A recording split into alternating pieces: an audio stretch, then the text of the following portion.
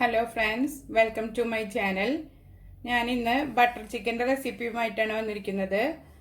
അതിനുവേണ്ടി 1 kilo chicken ചെറിയ pieces ആയിട്ട് ഞാൻ കട്ട് ചെയ്തെടുത്തിട്ടുണ്ട്. ഇത് ബോണോട് കൂടിയിട്ടുള്ള ചിക്കനാണ് ഞാൻ എടുത്തിരിക്കുന്നത്. നിങ്ങൾക്ക് ബോൺലെസ് ചിക്കൻ വേണമെങ്കിൽ അങ്ങനെ എടുക്കാം. ഇനി നമുക്കിത് മാരിനേറ്റ് ചെയ്ത് വെക്കാം.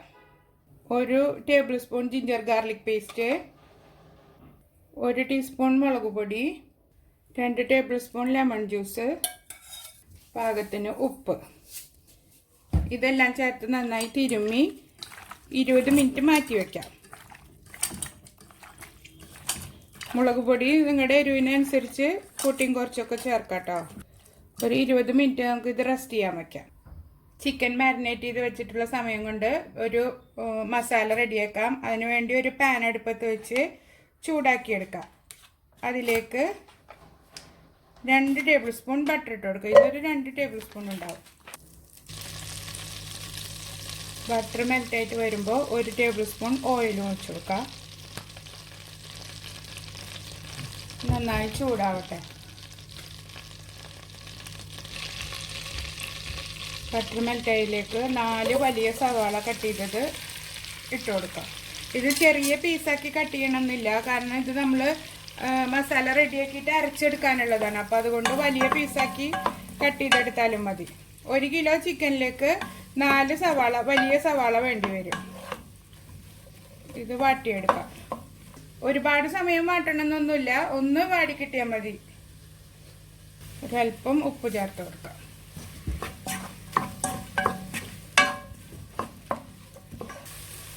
സവാള ഒന്ന് വാടി വന്നിട്ടുണ്ട്. അതിലേക്ക് 4 തക്കാളി കട്ട് ചെയ്ത് ചേർത്ത് കൊടുക്കാം. വലിയ തക്കാളി തന്നെ എടുക്കണം കേട്ടോ.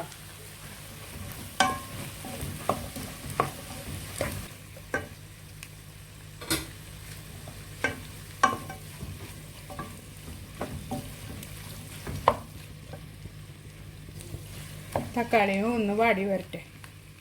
അതിനുശേഷം ബാക്കി ഇൻഗ്രീഡിയൻസ് ചേർത്ത് കൊടുക്കാം. തക്കാളി ഒന്ന് വാടി വന്നിട്ടുണ്ട്. 1/4 കപ്പ് അണ്ടിപ്പരിപ്പ് ഇട്ട് കൊടുക്കാം.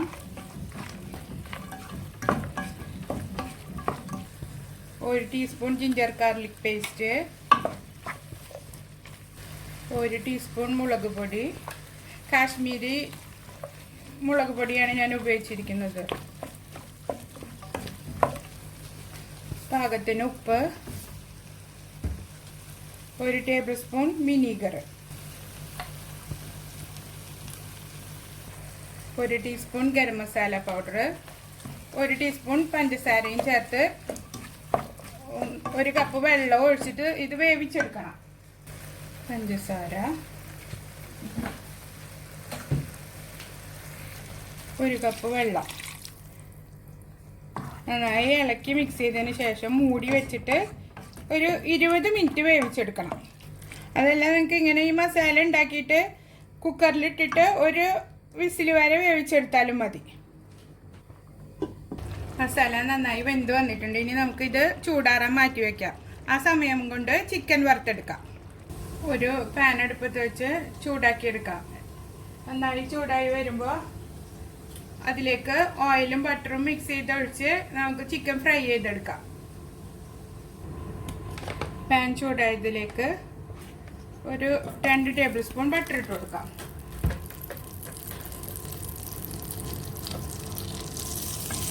നിങ്ങൾക്ക് ഫുള്ള് ചിക്കൻ ബട്ടറിൽ തന്നെ പൊരിച്ചെടുക്കണമെങ്കിൽ അങ്ങനെ ചെയ്യാം. ഞാനിവിടെ ബട്ടറും ഓയിലും കൂടെ മിക്സ് ചെയ്തിട്ടാണ് ഫ്രൈ ചെയ്തെടുക്കുന്നത്.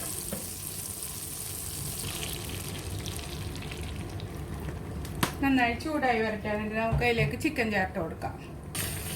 ഓയിൽ നന്നായി ചൂടായിട്ടുണ്ട്. ഇനി ചിക്കൻ ഇട്ട് ഫ്രൈ ചെയ്തെടുക്കാം.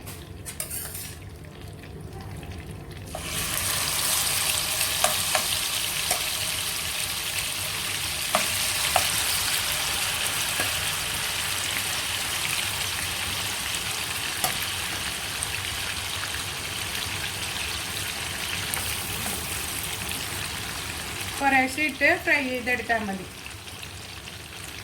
ചിക്കൻ ഫ്രൈ ആയിട്ടുണ്ട്. ഇനി ഇത് എടുത്ത് മാറ്റാം.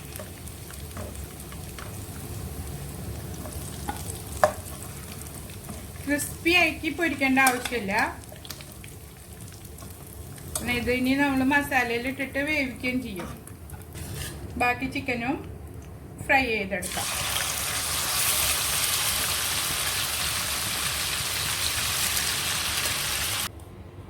ചിക്കൻ ഫുള്ള് ഫ്രൈ ചെയ്തെടുത്തിട്ടുണ്ട്.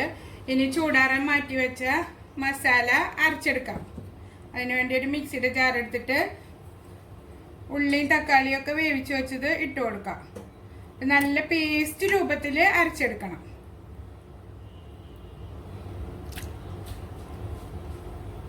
നമ്മൾ മസാല വേവിച്ചെടുത്ത അതേ പാനിലേക്ക് തന്നെ അരച്ചത് ഒഴിച്ചു കൊടുക്കാം.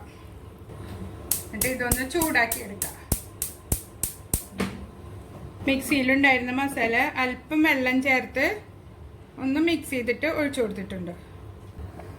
മസാല ചൂടായതിലേക്ക് ചിക്കൻ ഫ്രൈ ചെയ്തത് ചേർത്ത് കൊടുക്കാം.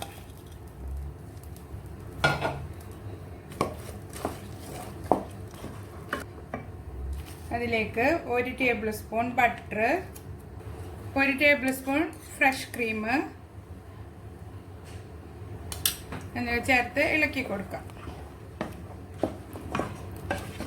1/2 ടീസ്പൂണ് കസൂരി മേത്തി എടുത്തിട്ട് കയ്യിലിട്ടിട്ട് ഇങ്ങനെ ഒന്ന് ഞെരടി ഇട്ട് കൊടുക്കാം.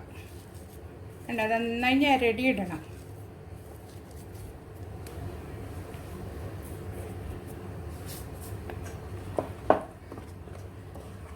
എന്നിട്ട് നന്നായി ഇളക്കി മിക്സ് ചെയ്ത് മൂടി വെച്ച് നമുക്കൊരു 10 മിനിറ്റ് വേവിച്ചെടുക്കാം. ഈ സമയത്ത് ഉപ്പും എരിവും ഒക്കെ പാകമാണോ എന്ന് നോക്കണം. എല്ലാം പാകമായി വന്നിട്ടുണ്ട്. നല്ല ടേസ്റ്റും ഉണ്ട്. ചിക്കനൊക്കെ ബട്ടറിൽ ഫ്രൈ ചെയ്തെടുത്ത കാരണം കിച്ചൺ മുഴുവൻ നല്ല സ്മെല്ലുണ്ട്. ഇനി നമുക്കിത് മൂടി വെച്ചിട്ട് 10 മിനിറ്റ് വേവിച്ചെടുക്കാം. കറി നന്നായി കുറുകി വന്നിട്ടുണ്ട്. ഇനി നമുക്ക് തീ ഓഫ് ചെയ്ത് കൊടുക്കാം.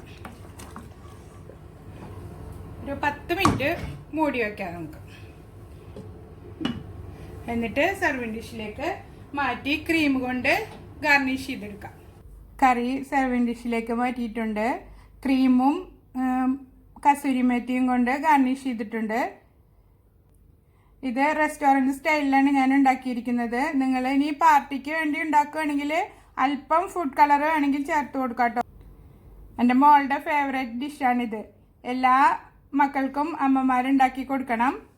ഇഷ്ടമായ സബ്സ്ക്രൈബ് ചെയ്യണം, ലൈക്ക് ചെയ്യണം, ഷെയർ ചെയ്യണം. Thank you for watching.